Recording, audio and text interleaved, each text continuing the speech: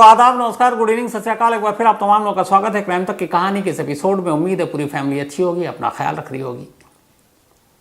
आज की कहानी करीब 13 साल पुरानी एक ऐसी कहानी है जिसका अंत क्या है ये आज भी कोई नहीं जानता। कहानी मैक्सिको की है, बात 2010 की है। मैक्सिको में एक परिवार रहा करता था। इनमें एक थे मॉरिशियो, एक बिजनेसमैन, वहाँ के मैक्सिको के जाने माने बिजनेसमैन थे, और उनकी वाइफ लिजेट फराह। लिजेट फराह भी एक सरकारी नौकर थी, जॉब किया करती थी। तो मॉरिशियो बिजनेसमैन और उनकी वाइफ लिजेट फराह दोनों हंसी खुशी साथ रह रहे थे। इनकी 2 बेटियां थीं। एक बड़ी बेटी थी 7 साल की और उसका नाम था लिजेट जूनियर, और दूसरी बेटी थी 4 साल की 2010 में, और उसका नाम था पॉलेट सारा। पॉलेट वक्त से पहले पैदा हो गई थी और उसकी उस वक्त उसका वज़न और बाकी चीज़ें बड़ी कम थी, और ऐसा लग रहा था कि शायद पॉलेट बचेगी नहीं, लेकिन कुदरत का करिश्मा था, वो बच गई और धीरे धीरे वो बड़ी होने लगी। लेकिन कुछ पैदाइशी वो अपनी साथ कुछ बीमारियां लेकर आई थी। उसे चलने में प्रॉब्लम होती थी, उसे बोलने में प्रॉब्लम होती थी। तो कई ऐसी चीज़ें थी जिससे वो आम बच्चों से थोड़ा हटकर थी। लेकिन चूँकि माँ बाप दोनों अच्छे पैसे वाले थे और एक बड़े से घर में रहा करते थे, तो उन्होंने 2 मेड रखा हुआ था इन दोनों बच्चियों को देखने के लिए, क्योंकि दोनों पति पत्नी सुबह अपने अपने काम पर चले जाया करते थे। तो पीछे में जो मेड है वो दिन भर इन बच्चियों के साथ रहती, जब वो स्कूल जाती हैं आती, फिर जब ये दोनों हस्बैंड वाइफ लौट आते तो वो अपने घर चली जाती। 4 साल की उम्र हो चुकी थी पॉलेट की, लेकिन अब पॉलेट चूँकि एक स्पेशल चाइल्ड थी जिसको चलने में दिक्कत होती थी, तो उसको ख़ास तौर पर किसी का सहारा देकर चलाना पड़ता था। बोलने में दिक्कत होती थी, तो स्कूल में भी उसे स्पेशल अटेंशन मिलता था, घर में भी मिलता था। और इसको लेके कई बार उसकी जो बड़ी बहन है 7 साल की लिजेट जूनियर, उसे अब बच्चे हैं तो बच्चों को लगता है कि एक का ज़्यादा ख्याल मेरा कम, लेकिन फिर भी दोनों बहनों में बहुत प्यार था, सब कुछ ठीक चल रहा था। 21 मार्च 2010, 21 मार्च 2010 की बात है। वीक में एक रोज़ जो मॉरिशियो थे, पिता इन बच्चों के, वो अपने फैमिली को बाहर घुमाने ले जाया करते थे पिकनिक पर। तो 21 मार्च की भी छुट्टी थी। उन्होंने कहा कि चलो चलते हैं। दोनों बेटियां उनके साथ चलने को तैयार हो गई, लेकिन जो वाइफ लिजेट सारा थी वो अपने एक दोस्त के साथ कहीं और घूमने चली गई। तो दोनों बच्चे अपने पिता के साथ पिकनिक में निकल गई। दिन भर इन्होंने खूब मस्ती की, घूमे। रात करीब 9 बजे ये तीनों बाप बेटी लौट आए। तब तक माँ लौटी नहीं थी। उसके कुछ देर के बाद खैर माँ आई। तब तक इन बच्चों को उनके कमरे में ये एक साथ दोनों सोती थी, सुला दिया गया। सुलाने के बाद अब पति पत्नी भी अपने कमरे में सो गए। अगले दिन सुबह हुई। सुबह मेड वक्त पर आती थी और बच्चों को तैयार करती थी, स्कूल भेजने से लेके बाकी चीज़ें। तो ये 2 मेड थी। जो पॉलेट का ख्याल रखती थी उसका नाम था एरिक। एरिक सुबह आती है, कमरे में जाती है, लेकिन देखती है कि कमरे में लिजेट तो है, लेकिन उसकी छोटी बहन पॉलेट बेड पर नहीं है, और ऐसा अमूमन होता नहीं है। उसने इधर उधर देखा, रूम में कहीं मिली नहीं। बाहर उसने घर में देखा, इधर उधर तलाश किया, कहीं नहीं मिली। चारों तरफ आवाज़ दी। अब वो थोड़ी परेशान हुई, क्योंकि वो तो एक अकेले अपने बलबूते पर चल भी नहीं सकती थी ठीक से। उसने फ़ौरन पॉलेट के माँ बाप को खबर दी कि पॉलेट कमरे में नहीं है। उन्होंने कहा यहीं कहीं होगी, ढूंढो। वो भी बड़े नॉर्मल थे। अब इसके बाद वो उसने फिर से ढूंढा, कहीं नहीं मिले। 2010 की बात थी। ये लोग एक बड़े से घर में अपार्टमेंट में रहा करते थे। अब जब काफ़ी देर हो गया, फिर माँ बाप को भी परेशानी हुई। अब इन्होंने कहा कि चारों तरफ देखते हैं, बराबर की बिल्डिंग में देखते हैं, सीसीटीवी कैमरे में देखते हैं। सीसीटीवी जब कैमरा देखा गया तो पता चला कि इस घर से कोई बाहर निकला नहीं और घर के अंदर कोई आया नहीं। मतलब इस तरह की बच्ची, मेड और ये सब तो हैं, कोई अनजान शख्स नहीं आया, ना अंदर आया ना बाहर गया। और पॉलेट तो बिल्कुल नज़र नहीं आया कैमरे में। अब और भी फिक्र। अब धीरे धीरे शाम हो गई, पॉलेट मिली नहीं। आखिरकार फिर इन लोगों ने पुलिस को खबर दी। पुलिस तक खबर गई। पुलिस फिर टीम आई, घर पे उन्होंने पूरा सर्च किया, कहीं नहीं मिली। अटॉर्नी जनरल जो मैक्सिको के थे वो मॉरिशियो के दोस्त थे। जब उन्हें पता चला उनके दोस्त की बेटी गायब है तो उन्होंने खुद इस केस में इंटरेस्ट लिया। अब एक बड़ा अफसर लेता है तो फिर नीचे वाले भी अलर्ट हो जाते हैं। अब सारे लोग घर पहुंचे, फॉरेंसिक टीम बुलाई गई, सबने घर की पूरी तलाशी ली, जो फिंगरप्रिंट्स नमूने उठाने की कोशिश थी वो देखी। इस दौरान में बहुत सारे लोग जो शुभचिंतक थे, मित्र थे, फैमिली वाले थे, पड़ोसी थे, वो भी घर में आ चुके थे। अच्छा, इत्तेफाक से इस घर में 2 कुत्ते भी थे। अब अगर कोई अनजान आदमी आया तो वो भौंकता है। किसी ने कुत्ते के भौंकने की आवाज़ भी रात को नहीं सुनी, न सुबह सुनी। तो कुल मिलाकर एक अजीब सा रहस्य हो गया कि 4 साल की एक बच्ची जो किसी के सहारे के बगैर चल नहीं सकती है, ठीक से बोल नहीं सकती है, वो गायब कैसे हो गई, और उसके गायब होने का कोई सुराग, कोई सबूत नहीं। पूरा एक दिन निकल गया, 22 मार्च के दिन ख़त्म ये हो गया, उसके बाद बच्ची मिली नहीं। अब पूरा फैमिली परेशान। अब इसके बाद वहाँ की मीडिया में ये स्टोरी आई, खबर आई। अब माँ बाप ने भी सोशल मीडिया, चूँकि उस वक्त तक काफ़ी ज़्यादा आ चुका था, तो उन्होंने ट्विटर पे, फेसबुक पे, सारी चीज़ों पे 2010 में अपील की लोगों से कि उनकी 4 साल की बेटी जो मजबूर है, पूरी तरह फिट नहीं है, स्पेशल चाइल्ड है, उसे कहीं भी मिले लौटा दें। फिर उन्होंने ये भी कहा कि अगर किसी ने किडनैप किया है तो जो भी पैसे मांगेंगे हम उन्हें देंगे, और वो चाहे तो हमारी बच्ची को किसी मॉल, किसी बाज़ार, किसी भीड़ भाड़ वाले इलाके, किसी सुनसान जगह पर वो छोड़ जाएं और हमें बता दें, हम बच्ची को कलेक्ट कर लेंगे और उनके खिलाफ कोई कार्रवाई नहीं करेंगे। अब ये सारी चीज़ें सोशल मीडिया पे, इन सारी चीज़ों पे अपील आ रही है। लोग भी कह रहे हैं कि हमदर्दी होने लगी, मीडिया में खबर छप रही है फ्रंट पेज पे। अब धीरे धीरे हर एक का इंटरेस्ट इस रहस्यमय मिस्टीरियस गुमशुदगी पर एक 4 साल की बच्ची को लेकर, और चूंकि बच्ची वो स्पेशल चाइल्ड थी इसलिए हमदर्दी लोगों की और भी ज़्यादा थी। अब फिर पुलिस भी अपने काम में लगी हुई। 5 बार फॉरेंसिक की टीम पहुंची एक्सपर्ट की, उस घर में, उस कमरे में, उस बेडरूम में गई। अब पूरे शहर में अपने पैसे से बाकायदा इस फैमिली ने, सारा फैमिली ने बड़े बड़े बोर्ड, पोस्टर, ये सब लगवा दिए। पुलिस की तरफ से अब अलग पोस्टर चिपकवाए गए, टेलीविज़न पर ऐड दिए गए उस वक्त वहाँ के जितने भी मैक्सिको के थे कि अगर यहीं कहीं भी ये दिखाई दे तो लौटा दें, खबर दें। तो कुल मिलाकर मैक्सिको में इस 4 साल की बच्ची पॉलेट की गुमशुदगी एक बड़ी खबर हो गई थी 2010 में, और हर एक का इंटरेस्ट था इसमें। लोग बातें करने लगे, सोशल मीडिया पर भी एक मुहिम चलने लगा, लेकिन पॉलेट का कोई सुराग नहीं मिल रहा है। इधर अब लगातार मीडिया वाले भी इंटरव्यू कर रहे हैं। जिस कमरे में उस रात पॉलेट सोई थी, उसी कमरे के उसी बेड पर बैठकर पॉलेट की मां सारा ने कई चैनल को, कई न्यूज़पेपर को इंटरव्यू दिया।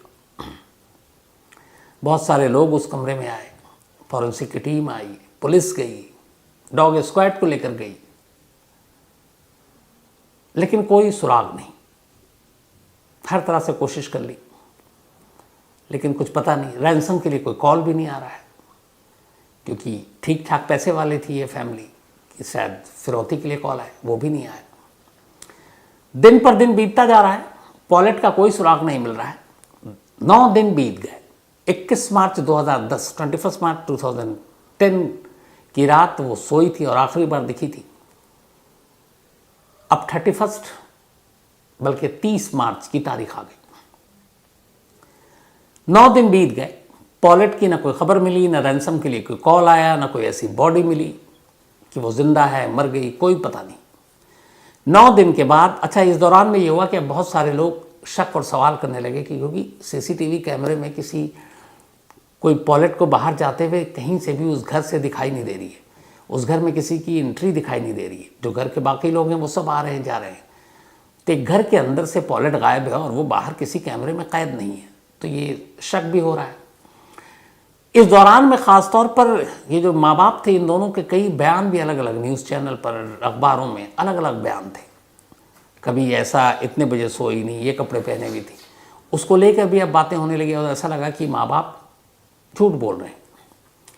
तो अब ये बात जब पता चली, इधर अटॉर्नी जनरल जो है मैक्सिको के, वो मॉरिशियो यानी कि पॉलेट के पिता के दोस्त हैं, तब उन पर भी उंगलियां उठ रही हैं। तो ये हुआ कि अब माँ बाप पे शक आने लगा कि इस गुमशुदगी में कहीं ना कहीं माँ बाप हैं, जैसे अपने यहाँ आरुषि कत्ल को लेकर था। लेकिन कोई सबूत नहीं था, लेकिन फिर भी एक ऑर्डर पास हुआ कि दोनों माँ बाप जो हैं ये अब एक तरह से नज़रबंद रहेंगे, अपनी मर्जी से उधर उधर नहीं जाएंगे, तो कहाँ रहेंगे। तो दोनों को एक होटल में शिफ्ट कर दिया गया और वहाँ होटल में पुलिस की निगरानी में दोनों को रखा गया। वहाँ लंबी इनसे पूछताछ हुई, पर कोई सुराग मिल नहीं रहा। 9 दिन बीत गए, 30 मार्च की तारीख आ गई। 30 मार्च की दोपहर 2 बजे फॉरेंसिक की 5 लोगों की एक टीम छठी बार पॉलेट के घर पहुंचती है। क्राइम सीन है पॉलेट का बेडरूम पहुंचती है। इस बार फॉरेंसिक टीम में, अब चूंकि ये मामला बहुत ज़्यादा हाई प्रोफाइल हो गया, माँ बाप पे भी शक है, ये हो रहा कि पॉलेट कहाँ है, क्या है, अखबार, टीवी चैनल, यहाँ तक कि दूसरे देश में भी इस खबर को अब कवरेज मिल रही है। तो फॉरेंसिक टीम ने इस बार तय किया कि वो सब कुछ इन कैमरा करेंगे, इसकी शूट करेंगे, वीडियोग्राफी करेंगे, पूरे घर की तफ्तीश की।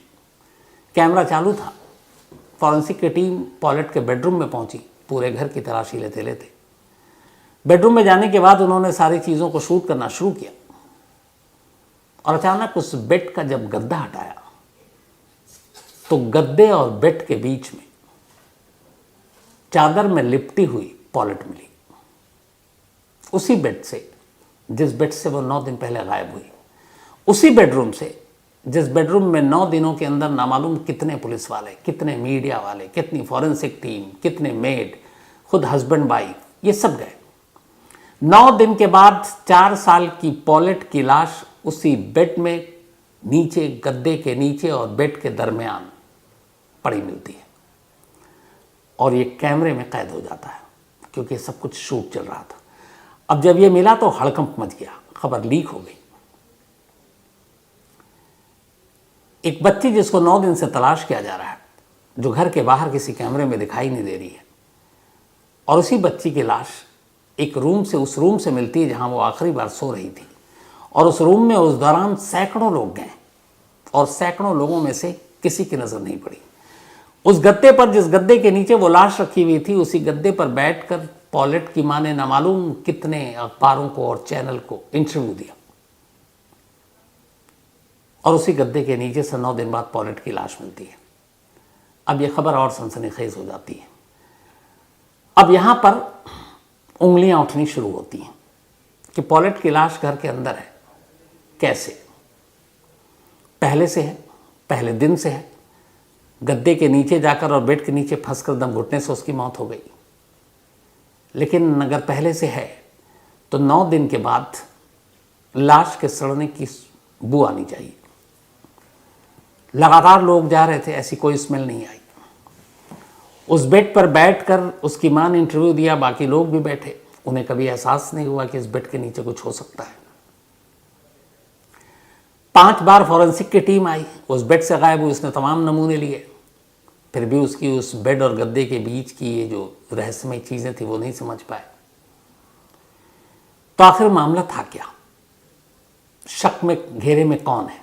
अब जब इल्ज़ाम की बातें शुरू हुई तो घर वालों ने कहा कि अगर हमसे लापरवाही हुई कि इसी गद्दे के नीचे थी तो फिर हमारी मेड को भी नहीं पता चला। पुलिस यहाँ इतनी बार आई, पुलिस को क्यों नहीं पता चला? जो डॉग स्क्वाड है, कुत्तों को लाया गया पुलिस की तरफ से, उन्होंने क्यों नहीं सूंघा? फॉरेंसिक की टीम आई, उन्हें कैसे नहीं पता चला? तो फिर हम जिम्मेदार कैसे? अब ये बात सही थी, उंगली हर तरफ उठ रही थी।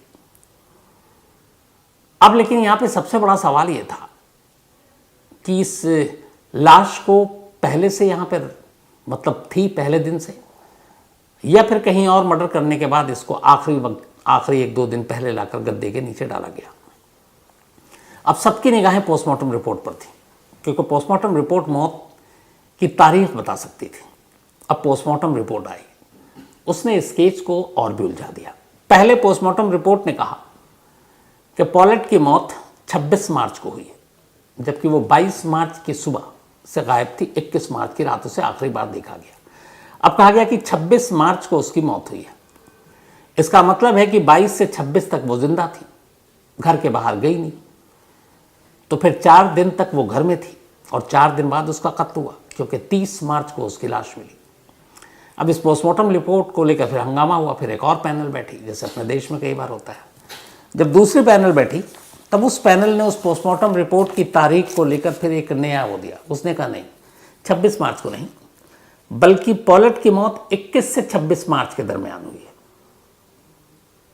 मतलब 21 की रात आखिरी बार देखा गया, 22 की सुबह से वो गायब है। तो पोस्टमार्टम रिपोर्ट दूसरी जो आई वो था कि 21 से 26 मार्च के दरमियान पॉलेट की मौत हुई है। तो अब इससे यह हुआ कि जिस रात आखिरी बार उसे देखा गया उसी रात उसकी मौत हो गई। अब घर के अंदर अगर कत्ल हुआ तो कातिल, आजकल तो डीएनए से लेके सब कुछ है।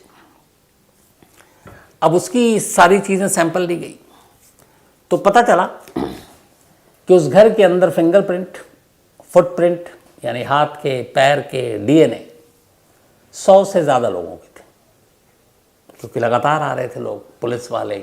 और उस सीन ऑफ क्राइम को पुलिस ने लॉक नहीं किया था। आमतौर पर ऐसा करते हैं कि जो क्राइम सीन होता है उसको बंद कर देते हैं, सील कर देते हैं, ताकि सिर्फ एक्सपर्ट्स आएँ, पुलिस वाले आए, कोई भी ऐसे फिंगरप्रिंट और ये सारी चीज़ें मिटे नहीं।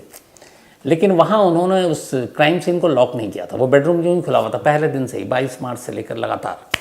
उसकी दलील ये दी गई कि चूंकि उस रूम से गायब हुई तो पुलिस वालों को तब तक ये पता ही नहीं था कि आगे चलकर यही क्राइम सीन बनेगा, क्योंकि वो मान कर चल रहे थे कि बच्ची को यहाँ से ले जाया गया, तो फिर हम इस बेडरूम को कैसे लॉक करते हैं।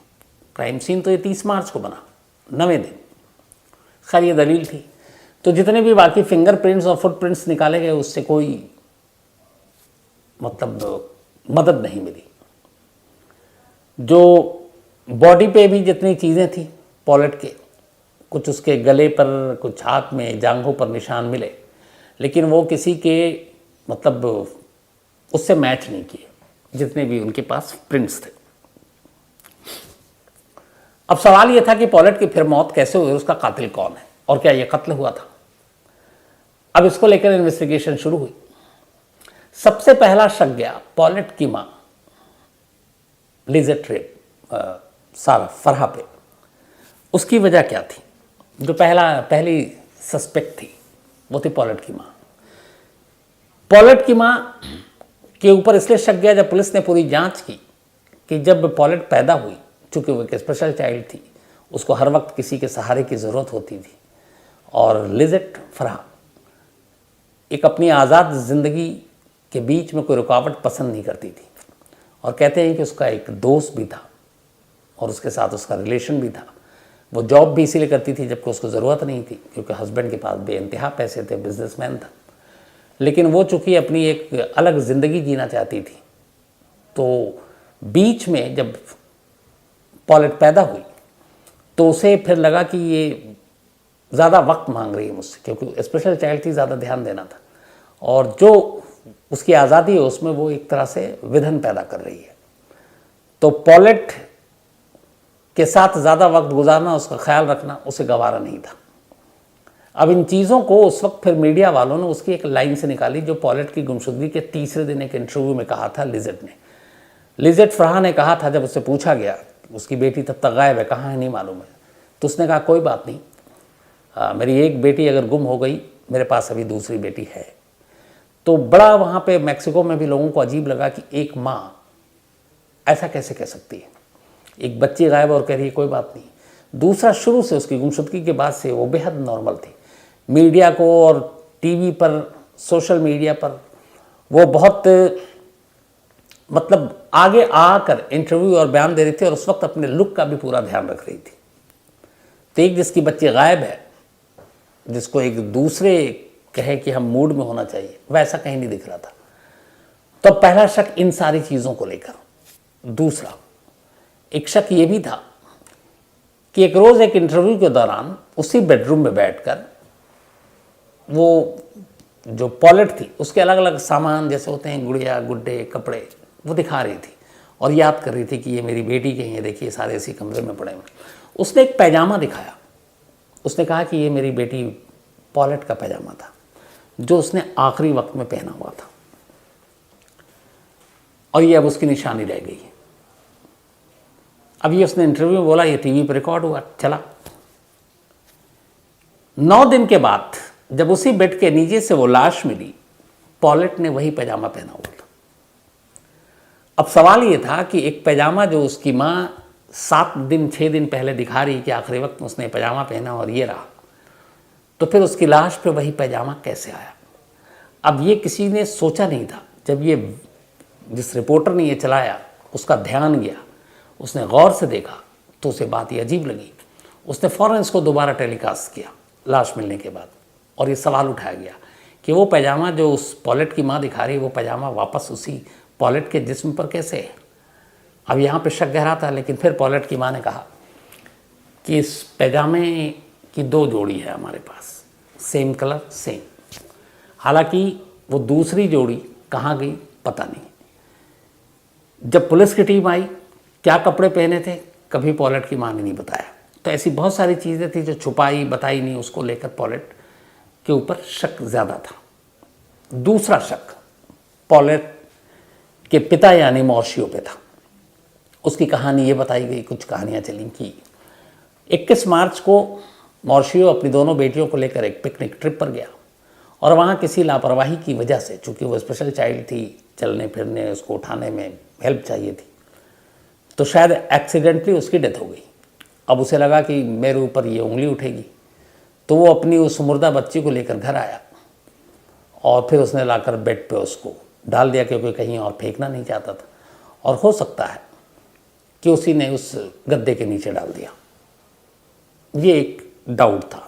लेकिन यहाँ पे फिर ये उठा कि अगर ऐसा कुछ होता तो जो दूसरी बहन है उसके साथ, लिजेट जूनियर, 7 साल की उम्र की थी, पॉलेट से 3 साल बड़ी है, तो वो ज़रूर ये बात बताती, लेकिन उसने नहीं बताया कि ऐसा कुछ हुआ है। तो ये 2 डाउट। तीसरा जो डाउट हुआ वो दोनों हस्बैंड वाइफ पर एक साथ हुआ, और वो इसलिए हुआ कि जब हस्बैंड को पता चला कि लिजेट ने अपनी आज़ादी के खलल पड़ने की वजह से अपनी बेटी को मार दिया, तो फिर उसने अपनी बीवी के डिफेंड के लिए उसका सपोर्ट किया। याद कीजिएगा आरुषि केस में भी इल्ज़ाम उठा था। तो ये तीसरा उठा कि दोनों के ऊपर भी हो सकता है,